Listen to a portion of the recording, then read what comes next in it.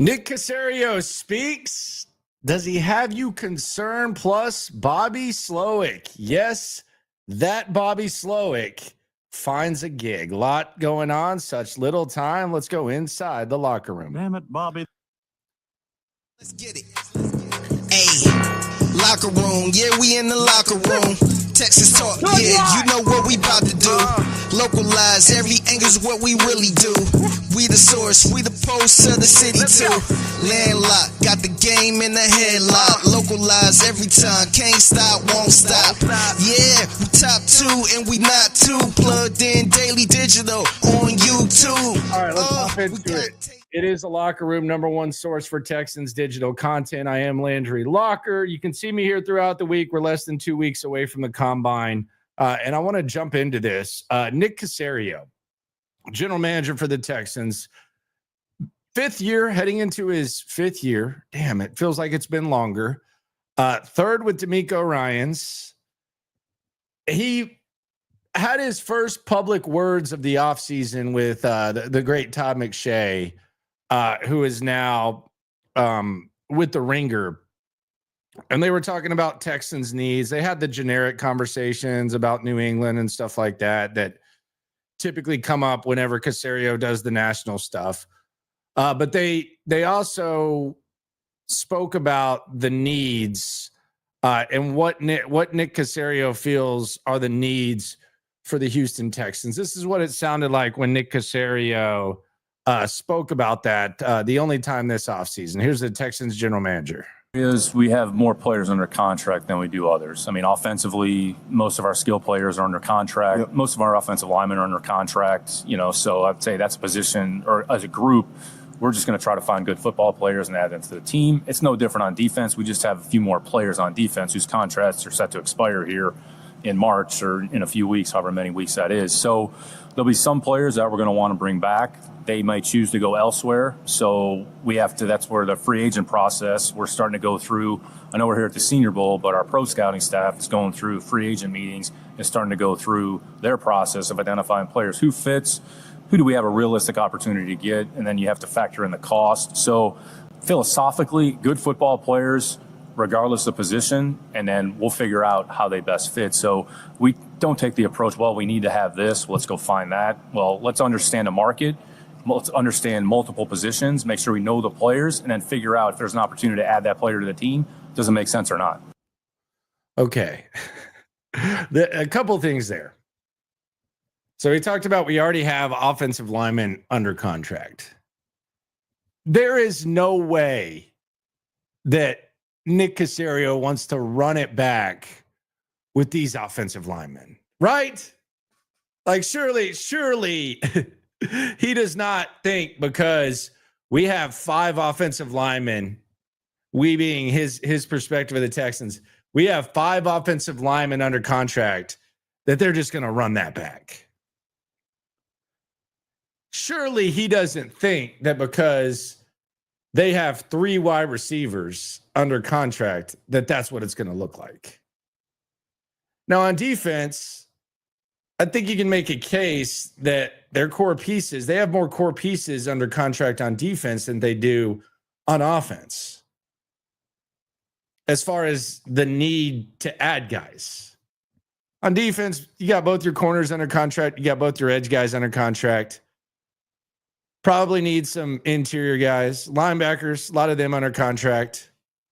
You got a few safeties. So I feel like you're better off on defense than you are on offense, especially on that raggedy ass offensive line that we all had to watch last year. You got to take what Nick Caserio and anyone says in the offseason. You got to take everything with a grain of salt. But I just really hope that they're approaching this as if offense is the biggest need. And I think they will be. And we'll hear from Caserio at the combine. We'll be at the combine. We're less than a couple weeks from that. But if Nick Caserio really thinks that there's more dire needs on defense than offense, then we're in trouble. You're in trouble. I think that they're going to have to do a lot on offense, especially skill position wise. The skill position situation, and you can say you have a couple running backs under contract, Damian Pierce and Joe Mixon. You should only feel good about one of those. And he's older.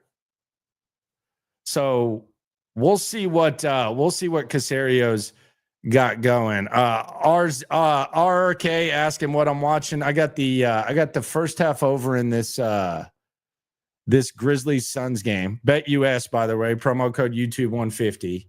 I got the 121 or 122 wins it, 121.5, and right now they have 121 with 42 seconds left. So little moolah on the line here on the night stream. Now, making money at night didn't hurt nobody. We got a foul here.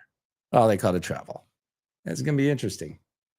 Half point away, 32.8 seconds. So I'll stop watching. Good coaching can save the offensive line. That's what Doyle says. Are you sure? Like, what does save mean? I got to get, because a lot of times like words get thrown out and then you start arguing and you don't even know what you're arguing about. Give me a definition of save, Doyle, and give me a definition of save and give me what 5 you would like to see on the offensive line. That would be my question. So you say it can be saved.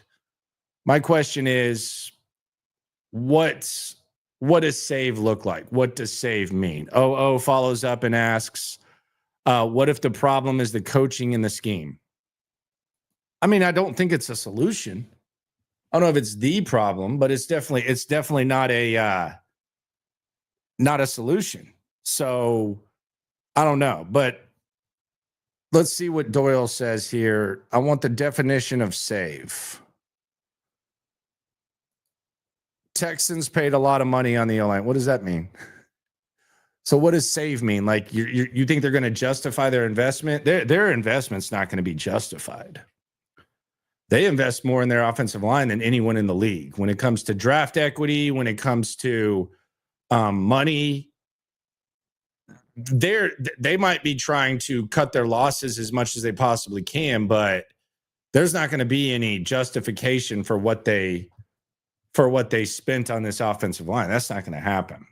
I think obviously you can make them look better, but that doesn't make much sense. Doyle says a great coach can get a lot out of this. I wasted everyone's time bringing up Doyle. I'm put you in timeout. No disrespect. It's just you didn't really answer my question as to what save looks like. For me, if you can maximize what this offensive line is, and you can coach when you have a bad offensive line, if you can coach and make them look better, I think that's fine.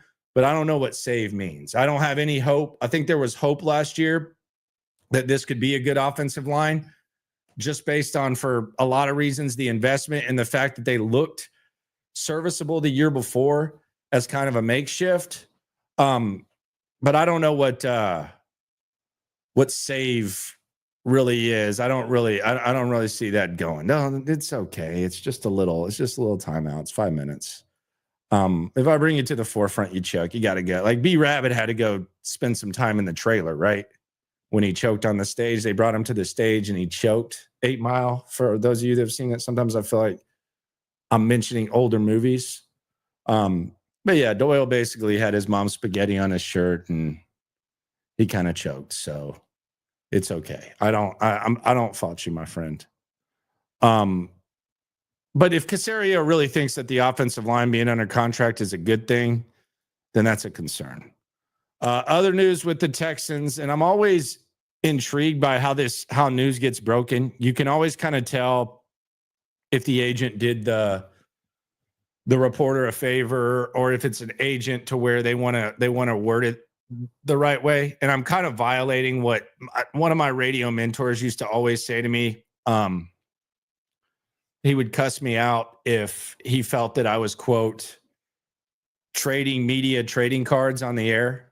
No one gives a bleep about, what the report is. But I think it's good to like kind of follow the source sometimes, especially if you cover one team. But Bobby Slowik has a gig, and he is going to be with the Miami Dolphins with his buddy Mike McDaniel. And I've actually asked Mike McDaniel about Slowik before, and I think this is going to be an interesting dynamic between those two. But here is the report from Pelissaro, and it says OC Bobby Slowik is joining the Dolphins as senior pass game coordinator per sources. Still only 37, Slowik was a hot head coaching candidate last year after Houston's instant success. Now a reunion with former 49ers coworker Mike McDaniel in Miami. Was he really like a hot coaching candidate? Like did people just want to talk to him? Like did you think Bobby Slowik really was there a chance that he was going to leave? Maybe. But I think Bobby Slowik is perfect to be an offensive coach who doesn't call plays. I think he's perfect for that. I don't think he can handle the leadership qualities that it takes, but I think he can be really awesome at that.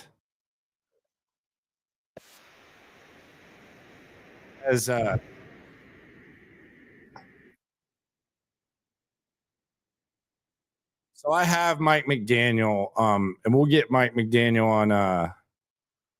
on Slowik. It was pretty funny. I had him play F, Marry, Kill with Slowik, Kubiak, and D'Amico. Here we go. This is Mike McDaniel, D'Amico, Kubiak, and Slowik. F, Marry, Kill. I guess we can say that here. This was back in the day. This looks like it's on a Game Boy, but he played the game. You can't say F, Marry, Kill anymore, but hang out with, ghost, and go on vacation. D'Amico, Kubiak, and Slowik. Ghosting Slowik because he would get over it the quickest. What were the two other options? Vacation with and just a one-night hangout. D'Amico and Kubiak. Two elite guys to hang out with. Pick your poison on either one because I think there's merit to both. I'd probably just have them both to dinner and then vacation with them both and not answer your question concretely. That's going to be an interesting thing with him and Bobby Slowik, talking about his SPF and all that type of stuff. So I wish Bobby Slowik the best. I just don't think this was a good gig for him, and I don't think he was built to do what was required of him. For old time's sake, yes. Damn it, Bobby. Shout out to him. Shout out to Bobby Slowik. I don't think Bobby hits the high grade, does he? I know McDaniel does. McDaniel used to be a drinker. McDaniel used to be a big drinker. That's why he got fired here in Houston, and then they had like an intervention with him in Atlanta when he was with Shanahan and Quinn. So he's California sober. You'll see him hitting the vape with that. You already know high-grade marijuana called Kush on the streets. So we'll see what that looks like. But I don't think Bobby's going to be hitting the Marihucci anytime soon. But we know Mike will. So good for Bobby Slowik. It was obvious that he was going to get some sort of gig, and he gets the gig. He gets to go with someone he's familiar with. He gets to go live in Miami. So that's cool. And who knows how long it's going to last, though. That's going to be one of the more difficult things for him is, Mike McDaniel probably could be a bad year away from being donezo. So he's going to have to figure something out there and maybe be right back in that situation. So good for Bobby Slowik. Not a good OC, but he does his thing. He does his thing and makes the rounds and goes to the Dolphins. Back to the Caserio thing. We're going to hear from Nick Caserio on Thursday. And I don't think there's going to be a lot to put in, like, to take away from Nick Caserio, perhaps. But I do want to know 3 things from Nick Caserio, who's going to speak Thursday at 1. We'll react to it on SNL at 4, and we'll probably react to it on the stream. We might even just start pause and go through what he had to say. But I kind of want to see if we can get him to tip his hand somewhat philosophically as to what he's going to do, what he likes. We know he has the background with the Patriots, and we also know he has the background with obviously the Rams. So I would like to hear what if he gives some sort of idea of what he wants to do philosophically. You could see him just saying, it's just going to depend on week to week. It's a week to week league. We got to figure out what to do each week. So we could get that BS, but it would be nice to maybe hear that like some sort of philosophically thing. Personnel wise, I don't know if he's going to be one of those guys that is going to specifically say where they need to improve, but I wouldn't be mad at him if he did. He might be one of those guys that just sits there and, hey, much like D'Amico Ryan, hell, maybe D'Amico Ryans tells him what tells the coaches how to talk. Maybe that had something to do with the Slowik thing, where you got to basically insult the intelligence of the people and say that someone's playing good, even if they're not. But I want to hear what he has to say about this specific offensive line, the tight end play, see if maybe he can tip his hand personnel wise. And then I kind of want to see what he thinks that this team needs to add. Like that will probably be my question. Because I think the philosophy stuff will naturally be asked about the system. My question for him will be, and this is, we'll probably get a couple in, but my question is going to be simple. Like, what do you think this offense needs most? Like, as we head into this offseason, what do you think this offense needs most? He might answer it. McVay does. Like, that's the other thing. Like, again, I don't know if you go work with D'Amico and he tells you, we don't want to do this, we don't want to do that, we don't want to do this, we don't want to do that, or you're able to kind of go be your own guy. I know he lets players be their own guy. Coaches might be a different thing. I don't know. I don't know what the guy's personality is. I'm looking forward to hearing it, just like you guys, and witnessing it. But when McVay goes up there, like, if you ever watch a Sean McVay press conference, and I'm a nerdy ass mofo, so I watch press conferences. I like how McVay goes up there and he'll just give like full injury reports. He'll go up there like after a game. Yeah, Johnson, he has a knee injury. He's going to be day-to-day. Davis retweaked his ankle. So-and-so's in concussion protocol, blah, blah, blah. And then he'll go into the questions. D'Amico, someone could like die on the field and he would be like, yeah, he's day-to-day. Yeah, we'll give you an update when we get an update on him. His body gets like split in half. Yeah, we're still trying to figure it out. But McVay will do that. We'll see what happens with Caserio. It's kind of going to be a 2-piece combo though, because I'm anticipating that we'll get like an early idea of what he's about Thursday.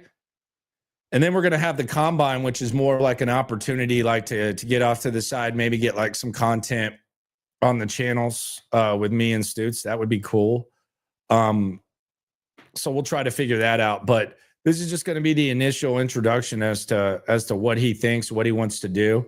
Maybe he'll get asked about, I know he's going to get asked about the offensive line, tight ends. I anticipate, like, is it really worth even, like, the CJ thing cool, but like what's he going to say about Joe Mixon and Nico Collins? They're good. That's a throwaway. Right? Isn't that kind of a throwaway? What do you think of Nico Collins? Well, he kind of sucks. 5 games missed last year. It's kind of hurt. Like, what he's going to say about Nico and Joe. So he's got to go up there and say something. I need to make a shirt with a day-to-day slogan.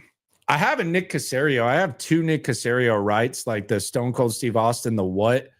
I have like 2 Nick Caserio rights. I don't know what a day-to-day slogan would be though.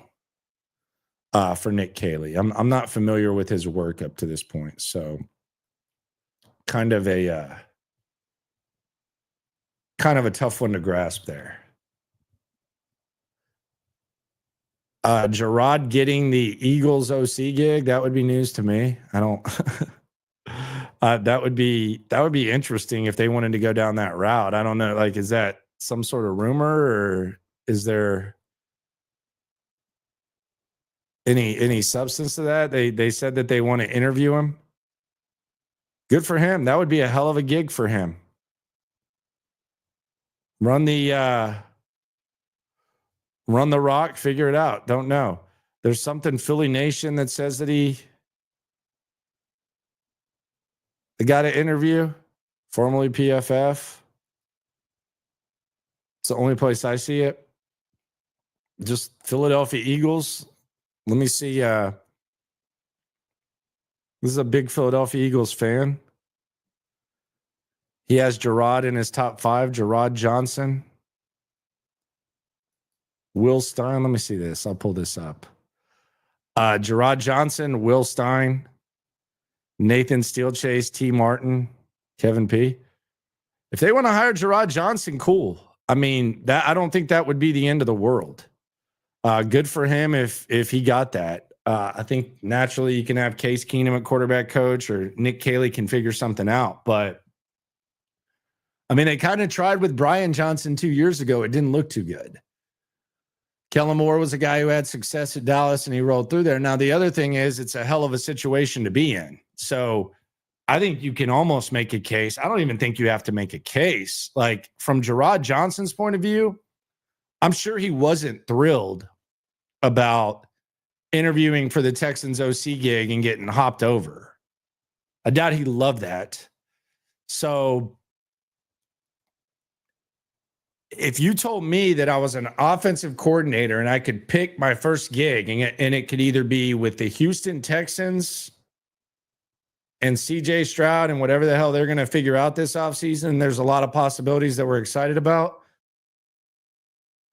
or with the Philadelphia Eagles, I mean, that's a no-brainer. That's a no-brainer. So if Gerard does get that gig, then good for him, because I'm sure he kept his head up. I'm sure he was disappointed. I doubt he would rather live in Philadelphia than Houston, but that's kind of the life of a coach. And if your ultimate goal is to be a head coach, I mean, you go to the place where what have they had? They've had, in the last 3 years, the Eagles, I think, have had 3 guys get head coaching gigs. Gannon, Steichen, and now Kellen Moore. So if your ultimate goal is to do that, then, I mean, that would be a hell of a place for Gerard Johnson. So good for him if that happens. I don't think it's like the end of the world if he doesn't get that. So I wouldn't be a huge deal. That'd be good for him, I think. Case Keenum's going to coach as the he's going to be a coach for sure. There's no doubt about that. I just don't know if he wants to do it. Some people say he still wants to play. My thing is, man, you are done, man. I know that he's been doing it for a long time, and it's probably hard for him to perhaps accept, but my friend, you're done. Like, it's over. It's over, brother. Take the L out of lover. It's over, my friend. You're donezo. You got a hell of a career ahead of you. I know you were the rep. Nobody wants Case Keenum a play away from playing for their team. I know he kind of struggled through that Tennessee game, and they ended up kind of elevating and winning that game a couple years ago, but you saw what he looked like against the Browns. Like, I think Davis Mills probably could have won that Tennessee game. So Case Keenum's been an assistant coach for years. Shout out to Chase in the chat. Case Keenum's been a coach for years. Like, he's been an extra coach. That's what his role's been. And he's a smart football player. He's maximized everything. Like, being done, there's no shame with him. He used every ounce of God-given ability that he was given and more. But it's done. Not an NFL quarterback anymore. Do you want to move? Like, The Texans don't need to keep 3 quarterbacks. Like, you love Texas. It's your home. You're kind of a legend here. They love you. Just be a coach here or figure something out.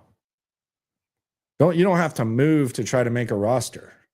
I'm sure he's been told this a lot in his life and whatever, but hey, it's true this time. Case Keenum's done for playing. So I would vote for him to be a quarterback coach. I don't know if he's going there. I think it's eventually going to happen, but if every person walking the earth maximized their abilities like Case Keenum, there would be no such thing. Like, disappointment would be almost like a foreign word. Like, it would almost be a banned word in the English vocab. So shout out to him, but yeah, he's done. Go ahead and start planning that coaching career. And good luck for good luck if Gerard does get that. But and you know, you talk about their relationship and stuff, and a lot of people, like, the sales pitch for Gerard has been, well, you know, CJ likes him and CJ values him, and you know, CJ always has good things to say about him. It's true.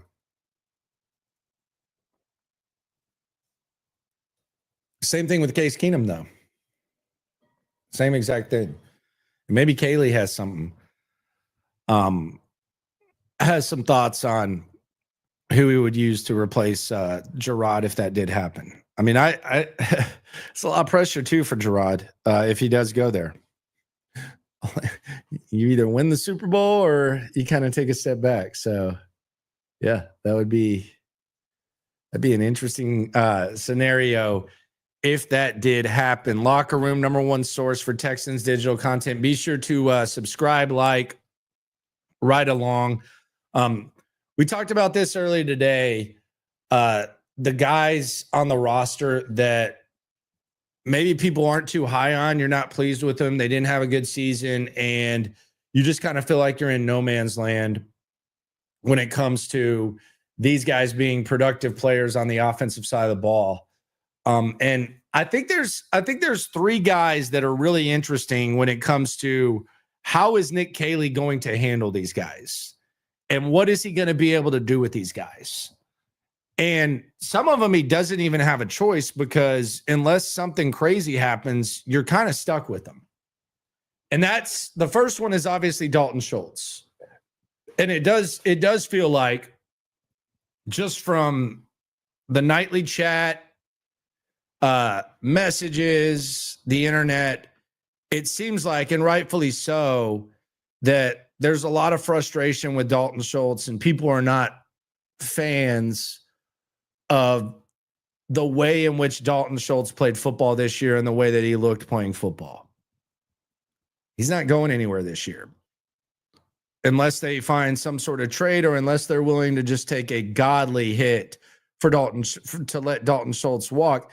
And I don't think that's a smart thing. I still think Dalton Schultz can be a productive football player. But you probably don't want to ask Dalton Schultz to have to block 75% of the time. That's probably not a smart idea. You probably want to find a way to have a guy who been one of the more productive receiving tight ends in the league at certain points of his career, like going out and catching passes. That's probably what you want to do. And I guess Kunkel had the quote that Nick Caselio's a really good tight end coach. There's no way in hell that if Nick Caselio is anything close to being a good tight end coach, that he's going to use Dalton Schultz the way that Dalton Schultz was used this year. So I'm actually encouraged that Nick Caselio, he's not going to be able to justify Dalton Schultz being one of the top 5, whatever, highest paid tight ends in the league. I don't anticipate that, but I think Nick Caselio, and maybe you add something in the draft or in free agency, he's going to be able to make Dalton Schultz a productive member of this team, and not just a frustrating, over-romanticized guy who is being asked to do stuff that he should never be asked to do. So I would I would keep a close eye on that.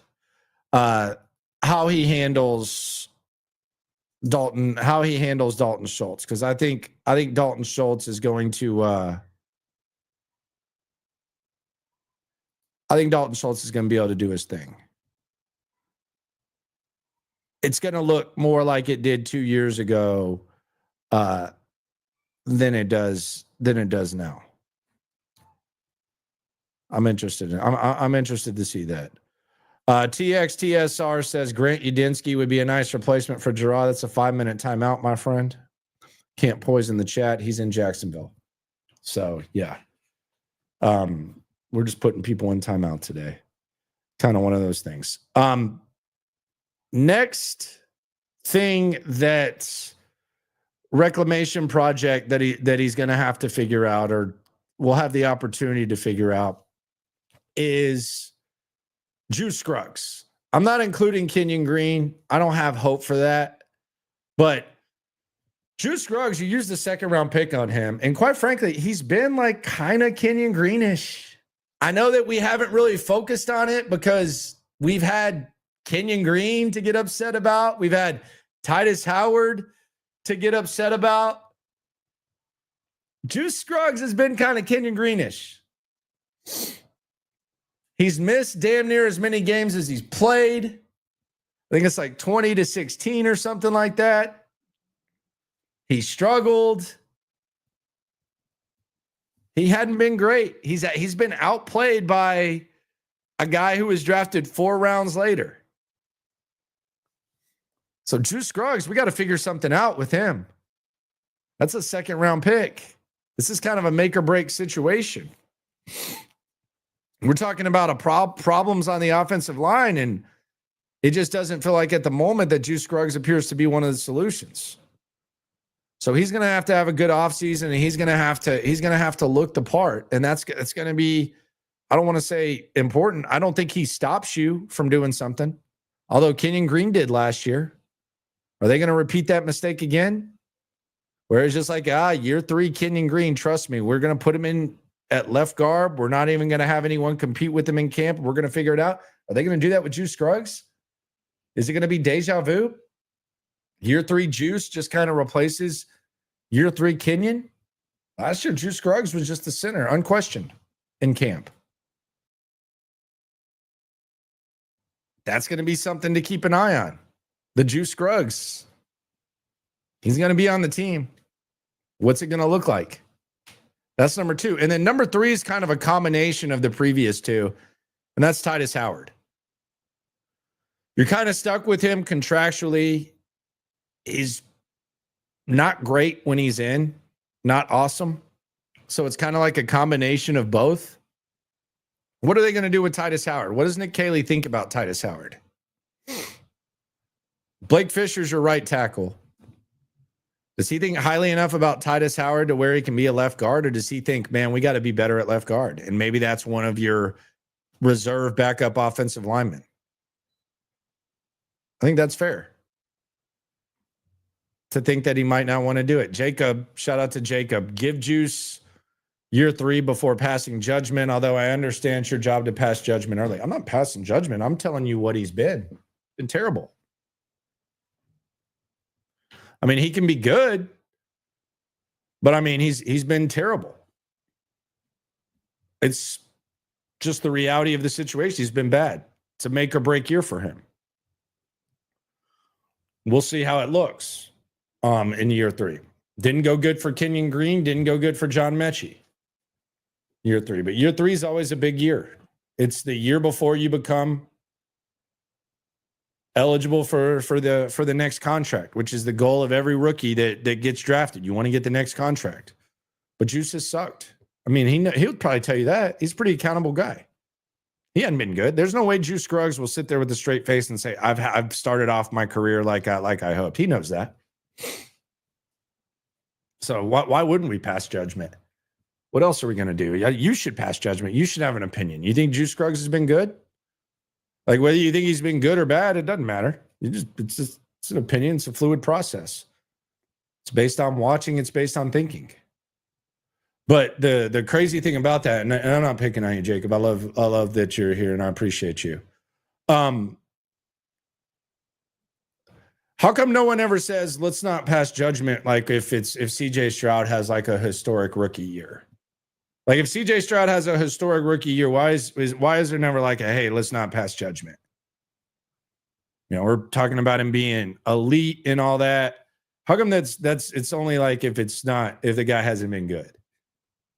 Like when we were talking about Tank Dell last year. Oh, look at this guy. He could be one of the top guys. Well, he didn't play very well before he got hurt, if we're being honest. He had a good Chiefs game.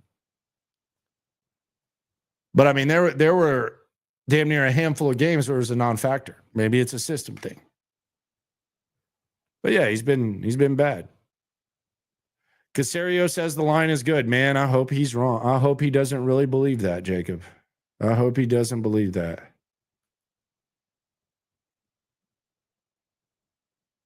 I hope not.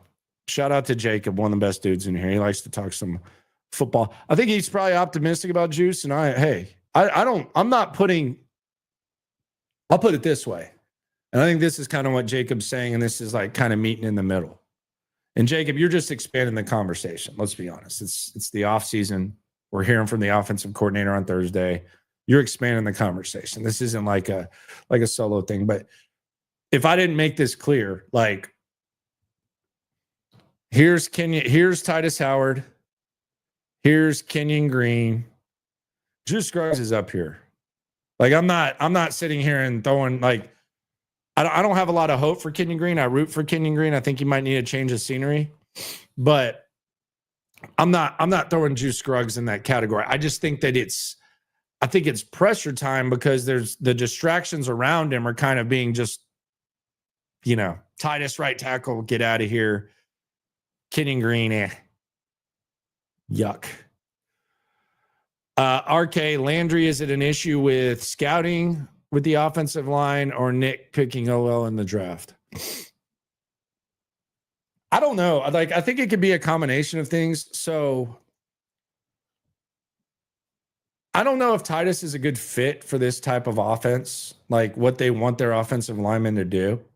I also don't think he was as good of a right tackle as they paid him. I never watched Titus Howard play and said that's a top 5 right tackle. I watched him at times and said he's playing pretty well. I think he did a good job given the circumstances at guard. But a lot of the judgment of Titus Howard is based on the old Twitter shtick and the expectations and the way in which the organization paid him. But I don't know, like in the big scheme of things, if he's really a good fit for this. I don't know if Kenyon Green's a good fit for this offense. Like the only offensive linemen I should say, that they've brought in when they knew they were going to run this offensive scheme were Shaq Mason, terrible, and then Jared Patterson and Drew Scruggs. Other than that, they had the guys there. And they looked at him. Now, they did give Titus his contract extension after they got a look at him and they were running this offensive system. So I think the answer to your question, like it could be yes to everything. It just hasn't been good. But I think there could be a number of things for sure. But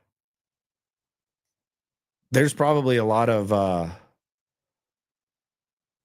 things. See, Jacob, he's out on Kenyon Green. If Kenyon Green isn't cut before the season starts, then our line is in trouble this year. So Jacob's the year 3, I think, is big for Jacob.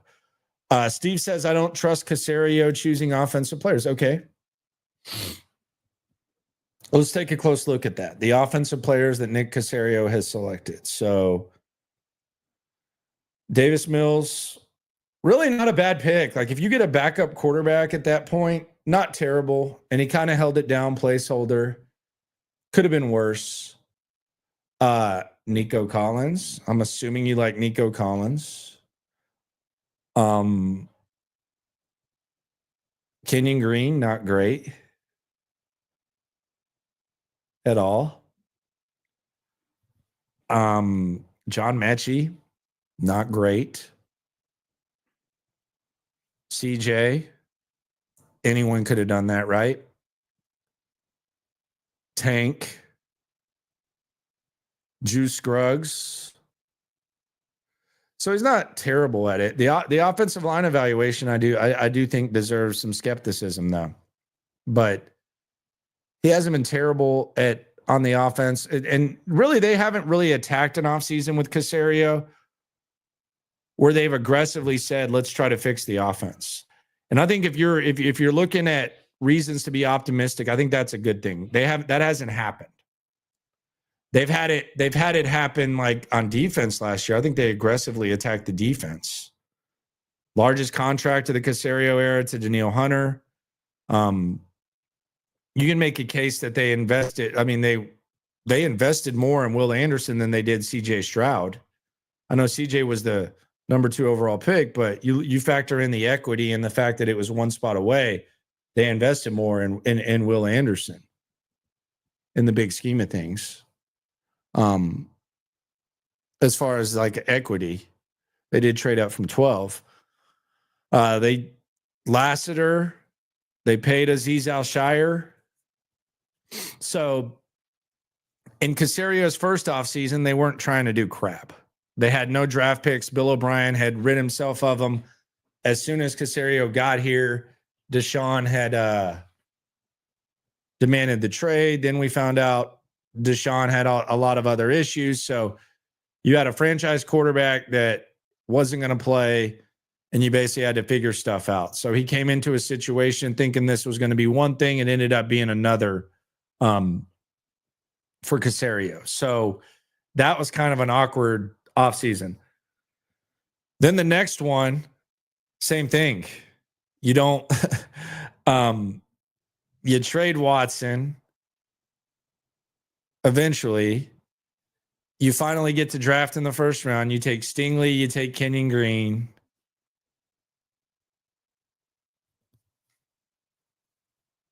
And then after Lovey leaves, you have the situation where you're actually trying to win. And you have Will Anderson, CJ, that draft, and then last year. So Caserio hasn't really had an offseason where it's like, okay, I'm going to attack the offense. Now, if we go back to what he said, and we'll just listen to the beginning of this. Because we have more players under contract than we do others. I mean, offensively, most of our skill players are under contract. Yep. Most of our offensive linemen are under contract, you know.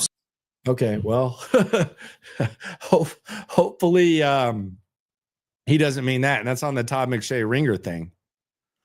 So he's got to figure something out. The Diggs thing, I'll be honest with you, like I don't understand what's going on with the Diggs thing. Did he make a mistake? At first, like it looked like it was smart because you made it a 1-year deal. Then it was like you have him under contract. Now there's all this dead money. That's a question for Texans cap. Like, did they make a mistake or not? I don't know. Like, if you were tied in for $20 million a year or whatever it was for the next 2 years for Diggs, would you feel good about it? Don't know.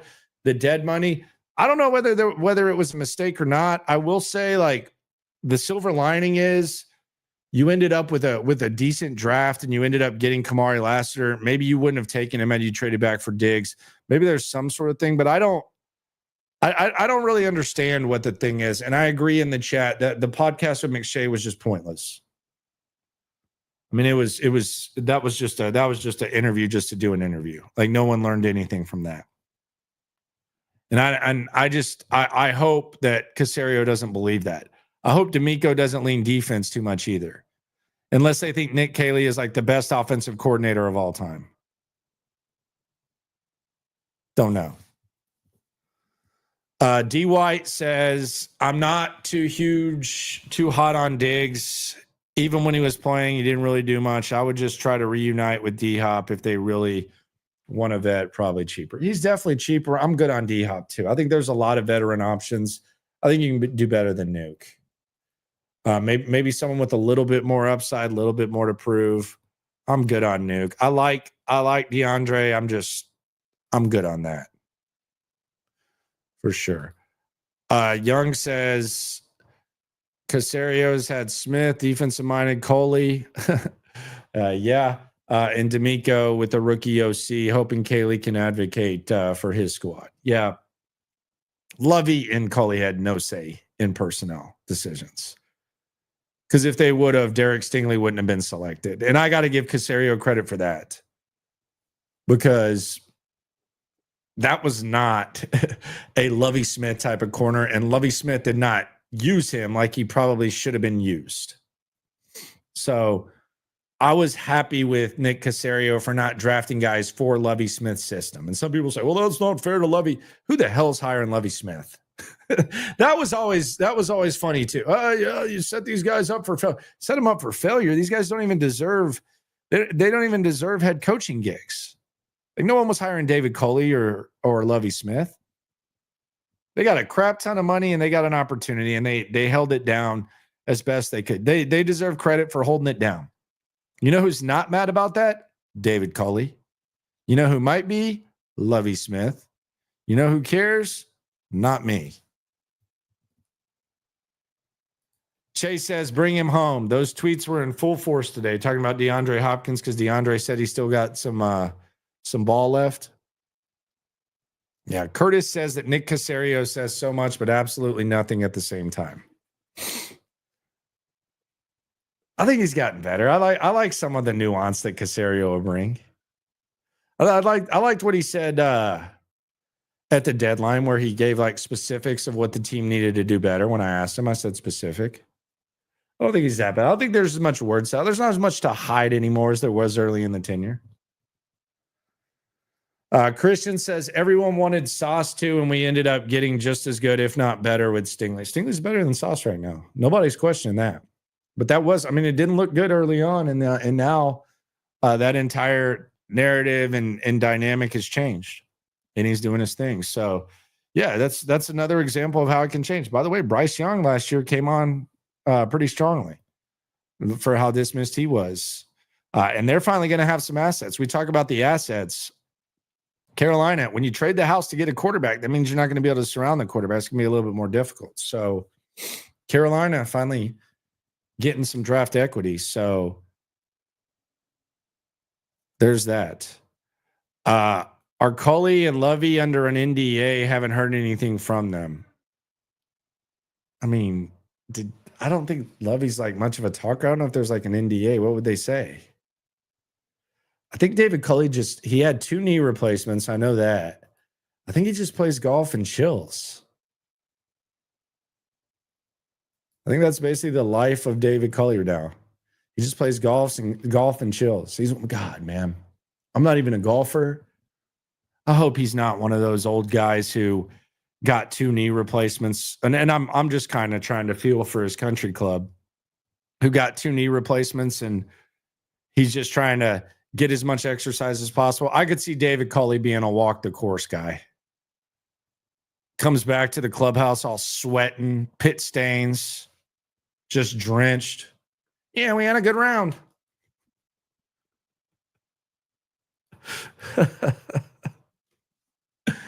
Yeah, hitting them straight. That 17 got to me. Most important thing about golf is the golf ball. He's definitely a course walker with one of those like push bags. I could see David Culley doing that easily. But he didn't care. Good for him. Shout out to those guys for holding it down the manner in which they did.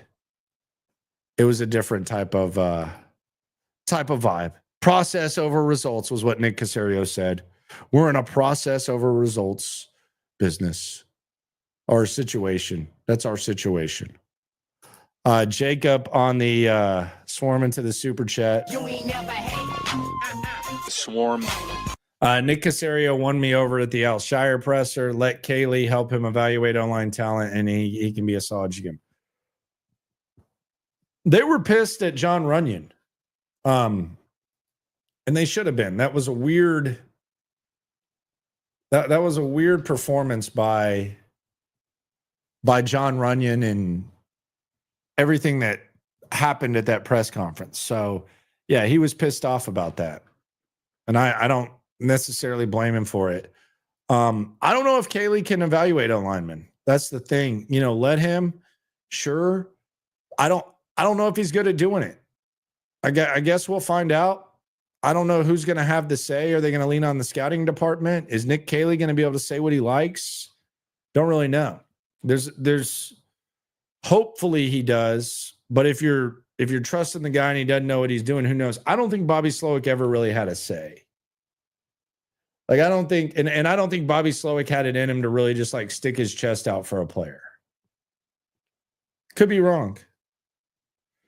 Just didn't really feel like that was kind of a thing. TXR, if Nick gaslights us on the O-line again this year, who in the media is going to call him out in the presser? What do you mean, like, call him out? Like, follow up and ask him, like, what's going on there? I have no idea. Guess is as good as mine. Don't know. I mean, Caserio speaks what, twice a year? He has radio interviews. I mean, he's on with Sean and Seth, I think 47 times a year on 610. Shout out to those guys. Like for an hour, like, so, I mean, if he gaslights, then maybe that would be where you find it. But like at a press conference, don't know. We'll have to see how that goes. I'm just excited that we finally get to hear from Nick Cayley. Don't threaten me with a good time. Going to be fun. Looking forward to it. Looking forward to the combine. Looking forward to the offseason continuing.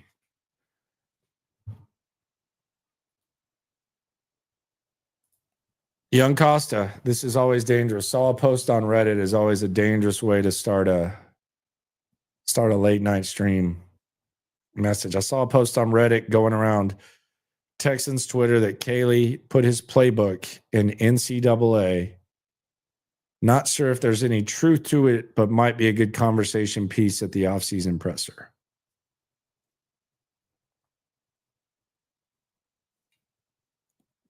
What does that mean? Like he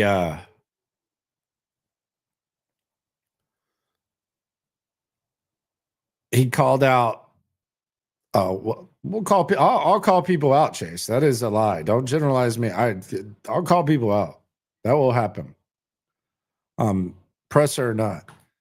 So he put like he plays NCAA and he like put the playbook in there, like all the plays that he has. Is that what that means?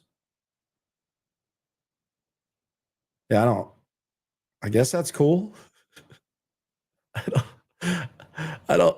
Okay, he uploaded. All right, he uploaded it in NCAA when he was coaching. Oh, in college, to help them learn the book. That's cool. That's nice. Good for him.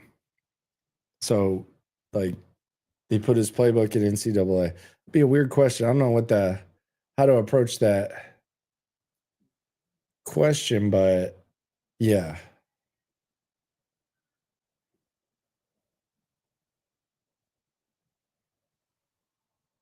The media told me Bobby was fighting a 21-year-old Stroud. I am sure he could have stood up to Caserio. Lance told you that. Lance doesn't mind you saying his name. It was Lance who said that. Low-key strong safety in the first round. Hey, man.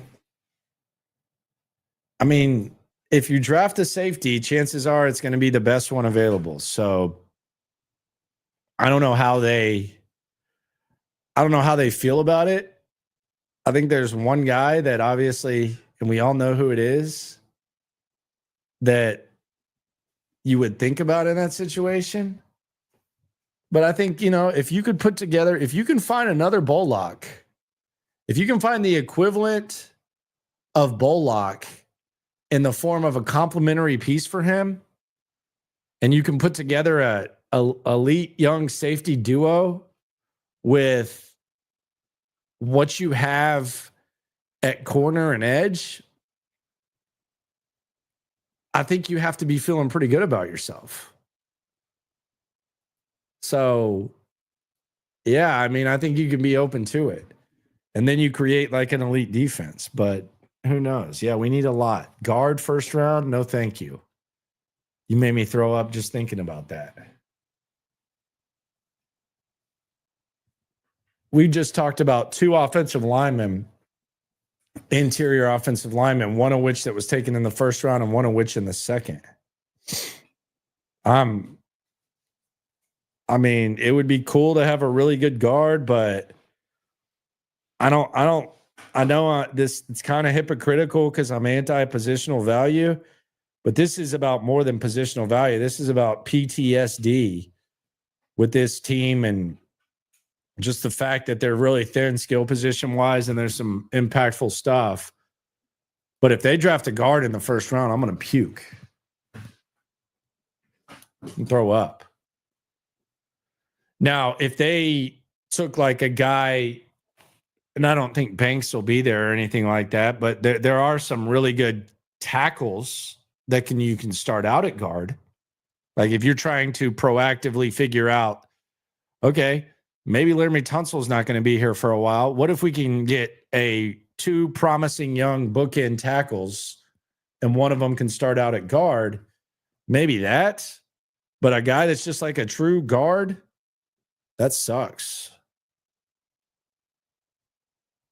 That would suck. Have they made any changes to the draft hat? They have not. They don't get to, I don't think they get to choose that. I think the NFL designs that. I think. Not really sure how that whole thing works. Pretty nasty ass hat that they put out there. Maybe someone will be able to rock it. Don't know. Maybe Emeka Buka makes that hat look good. Most polarizing guy in the draft. Appreciate y'all for coming through. We're getting to the combine. That's when stuff kind of intensifies. The season is officially over. Nick Caserio is talking. Not really liking what he's saying, but grain, salt, all that type of stuff. Subscribe, like, ride along. Always remember, 10 o'clock during the offseason, 10:30. I know it's been 10:30 for like 3 years. 10 o'clock during the offseason, 10:30 because we don't want to miss a football game. So always remember when it comes to this Texans stuff, we're all in it together. Appreciate y'all for coming through. We got taste for days, opinions to give, we got takeaways. If it's up, then it's up, we number one. You don't need to try your luck. Locker room, yeah, we in the locker room. Texas talk, yeah, you know what we about to do. Localize, every angle's what we really do. We the source, we the pulse of the city too.